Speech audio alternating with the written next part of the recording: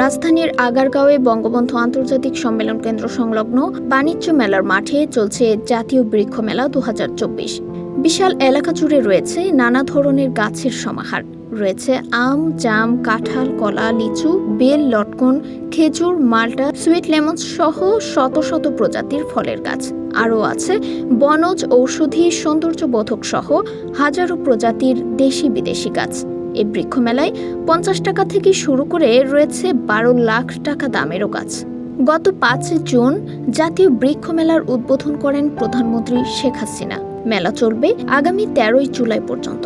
প্রতিদিন সকাল ৯টা থেকে রাত ৮টা পর্যন্ত সবার জন্য উন্মুক্ত মেলা প্রাঙ্গণ। মেলায় ঢুকতে লাগবে না প্রবেশ ফি।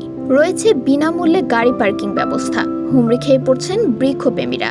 ১২০টি স্টলের মাধ্যমে সরকারি, বেসরকারি ৮০টি প্রতিষ্ঠান ও নার্সারি এবারের বৃক্ষ মেলায় দেশি বিদেশি ২ শতাধিক প্রজাতির ফলদ, বনজ ও সৌহার্দ্যবোধক গাছের পসরা সাজিয়ে বসেছে। তবে বেশি বিক্রি হচ্ছে ছাদ বাগান ও ঘর সাজানোর গাছ।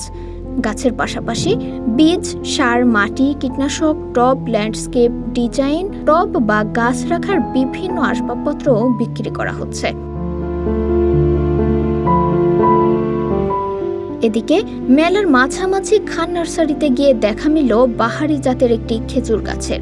প্রায় ২০ ফুট উচ্চতার গাছটিতে থোকায় থোকায় ঝুলছে খেজুর। গাছটির দাম চাওয়া হচ্ছে ১২ লাখ টাকা। নার্সারির বিক্রয়কর্মী বলেন, খেজুর গাছটির বয়স ৮ বছর। এটি সৌদি আরবের একটি জাত।